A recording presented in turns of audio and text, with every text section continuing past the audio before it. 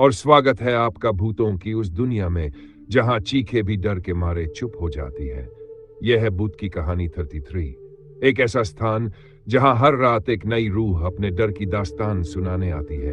एक ऐसा अंधेरा जहां रोशनी जाने से डरती है, और एक ऐसी खामोशी जहां हर साया कुछ कहता है। तो अगर आप हिम्मती हैं और सच्चे डर से मिलने की चाह रखते हैं, तो दरवाजा बंद कर लीजिए, पर्दे गिरा दीजिए और अपने बिस्तर में इस तरह लिपट जाए जैसे कोई आपको छू न सके, क्योंकि अब आप प्रवेश कर चुके हैं उस जगह जहां से लौटकर कोई वैसा नहीं रहता जैसा पहले था। सांसें धीमी कर लो, दिल की धड़कनें थाम लो, क्योंकि अब शुरू होती है सच्ची, डरावनी, रूहानी कहानी। भूत की कहानी 33 में, जहां डर सिर्फ कहानी नहीं, हकीकत है। कहानी शुरू करता हूं। रात का समय था, काली अंधेरी रात जिसमें आसमान पर न चांद था न तारे। हवा इतनी ठंडी थी कि जैसे किसी बर्फीली पहाड़ी से होकर गुजर रही हो। चारों तरफ शांति थी, लेकिन वह शांति सामान्य नहीं थी। वह शांति ऐसी थी जिसमें कहीं न कहीं किसी अनदेखे खतरे की आहट छिपी थी। गांव के उस छोर पर एक पुरानी हवेली खड़ी थी। हवेली जिसके बारे में हर कोई कहता था कि वहां कोई इंसान नहीं टिक सकता। हवेली की टूटी खिड़कियां जब हवा से टकराती तो चीख सी सुनाई देती। दीवारों पर काई और काला धुआं चिपका था। दरवाजों के जोड़ जंग खाकर चरमराते थे, और सबसे भयावह बात यह थी कि उस हवेली के भीतर से रात के समय अक्सर औरत की कराहने की आवाजें आती। कई बार किसी के जोर से हंसने की ध्वनि सुनाई देती। गांव के लोग कहते थे कि कोई भी व्यक्ति अगर उस हवेली में रात गुजार ले तो वह सुबह तक जीवित वापस नहीं आता। कई नौजवानों ने चुनौती ली, कुछ अपने साहस को परखने गए, लेकिन फिर वही कहानी, कोई भी लौट कर न आया। लौटे तो केवल उनकी लाशें जो खून से लथपथ थी, आंखें खुली और चेहरे पर भय के आखिरी भाव जमे हुए, मानो उन्होंने मरने से पहले कुछ इतना डरावना देखा हो कि मौत भी उन्हें डरा कर आई हो।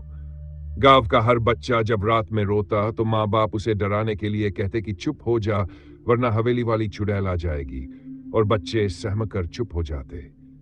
गांव के बुजुर्ग कहते थे कि इस हवेली की कहानी बहुत पुरानी है। यह हवेली एक जमींदार की थी, जिसने अपनी हवस और लालच में न जाने कितनी मासूम औरतों की बलि दी थी। उनकी चीखें आज भी हवेली की दीवारों में कैद है। कहते हैं कि हवेली की नींव ही खून से सनी है, और जब कोई उसमें कदम रखता है तो वह चीखें जाग जाती हैं, मानो अपने अगले शिकार का इंतजार करती हो। उस रात जब हवेली के आसपास अजीब सा कोहरा फैला हुआ था, अचानक 3 परछाइयां हवेली की ओर बढ़ रही थी। ये तीनों नौजवान थे, गांव के ही लड़के, जो बार बार हवेली की चर्चा सुनकर अब डर को चुनौती देने आए थे। उनके नाम थे विजय, अजय और सुरेश, तीनों बचपन के दोस्त। तीनों ने कसम खाई थी कि अगर डर है भी तो आज उसे सामने देखेंगे। हाथों में टॉर्च, जेब में अगरबत्ती और ताबीज, और दिल में थोड़ी हिम्मत और बहुत सारा डर। जैसे ही वे हवेली के मुख्य दरवाजे पर पहुंचे, दरवाजा अपने आप खुल गया, मानो किसी ने अंदर से बुलाया हो। उनकी टॉर्च की रोशनी दीवारों पर पड़ी तो काले धब्बे किसी इंसान के चेहरे जैसे दिखे। छत से चमगादड़ें चीखती हुई नीचे गिरी। विजय ने हिम्मत करके कदम बढ़ाया, अजय उसके पीछे, सुरेश सबसे आखिर में। अंदर घुसते ही उन्हें ऐसा लगा मानो किसी ने उनकी सांस रोक दी हो। हवा भारी हो चुकी थी। औरत की कराह फिर गूंजी, इस बार साफ सुनाई दी। वह कराह इतनी गहरी थी कि उनकी रूह कांप गई। अजय ने कहा, चुप रहो और ध्यान दो। पर किसी ने किसी से कोई सवाल नहीं किया। सबके दिल की धड़कनें बस जवाब थी। वे धीरे धीरे अंदर बढ़ते गए। हवेली के बीचों बीच एक बड़ा हॉल था। वहां टूटी कुर्सियां, जले हुए दिए और खून के दाग जैसे कुछ धब्बे दीवार पर दिखे। तभी अचानक सुरेश की टॉर्च बुझ गई। अंधेरा गहरा हो गया। विजय ने टॉर्च उसकी ओर की, और उसी क्षण उन्होंने देखा कि सुरेश के पीछे एक औरत खड़ी है। लंबे बाल, लाल साड़ी, चेहरे पर कोई नाक नक्श नहीं, बस काला साया, और आंखों की जगह 2 धधकते हुए अंगारे। विजय चीखा, लेकिन आवाज उसके गले में ही अटक गई। अजय ने मुड़कर देखा तो वह औरत धीरे धीरे हवा में उठ रही थी। उसके पैरों की जगह केवल हड्डियां थी, और उसके गले से वही कराह निकल रही थी। सुरेश बेहोश होकर गिर पड़ा।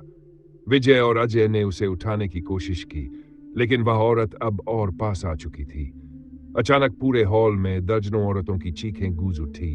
दीवारों से, छत से, फर्श से, हर तरफ से। तीनों दोस्त अब फंस चुके थे। विजय ने जेब से ताबीज निकाला और हवा में लहराया। उस पल औरत पीछे हटी, लेकिन उसके हंसने की आवाज पूरे हॉल में गूंज गई। वह हंसी इतनी डरावनी थी कि जैसे किसी की हड्डियां टूट रही हो, जैसे किसी नवजात का रोना और किसी बूढ़े की कराह एक साथ मिलकर निकल रही हो। हंसी बंद हुई तो अचानक सन्नाटा छा गया, पर वह सन्नाटा अब पहले से भी डरावना था। अजय ने कहा, हमें तुरंत बाहर निकलना होगा। तीनों ने दरवाजे की ओर भागना शुरू किया, लेकिन दरवाजा अब गायब था। जहां दरवाजा था वहां सिर्फ ईंट की दीवार थी। वे पीछे हटे तो देखा कि जहां से आए थे वहां भी दीवार खड़ी है। हवेली अब बंद हो चुकी थी। हवेली ने उन्हें निगल लिया था। विजय ने चारों तरफ देखा। तभी अचानक उसकी टॉर्च की रोशनी एक तस्वीर पर पड़ी। वह तस्वीर उसी जमींदार की थी। आंखों में खून, हाथ में तलवार और पैरों के नीचे औरत की लाश। तस्वीर के नीचे लिखा था, यह हवेली मेरी है, जो भी आएगा यहां से जिंदा नहीं जाएगा। तभी तस्वीर से खून टपकने लगा, खून जो फर्श पर गिरते ही धुएं में बदलने लगा, और उस धुएं से वही औरत फिर बाहर आई। अब उसके साथ और भी साए थे। विजय ने चीखना चाहा, लेकिन आवाज न निकली। अजय और सुरेश अब पत्थर जैसे जम चुके थे। तभी हवेली का पूरा फर्श हिलने लगा, छत दरकने लगी और चीखों का ऐसा सैलाब उठा कि पूरा गांव सुन सकता था। उस रात तीनों दोस्त फिर कभी गांव नहीं लौटे, और सुबह गांव वालों ने हवेली के बाहर उनके 3 जोड़े जूते पाए, जो खून से लथपथ थे, और पास ही दीवार पर लाल रंग से लिखा था, हम और चाहिए। उसके बाद गांव का कोई भी आदमी उस हवेली के पास नहीं गया, और जो गया उसकी आवाज फिर कभी किसी ने नहीं सुनी। हवेली आज भी खड़ी है, और हर रात उसमें वही हंसी गूंजती है, वही कराह सुनाई देती है, और वही खौफनाक एहसास हवेली की हवा में फैला रहता है।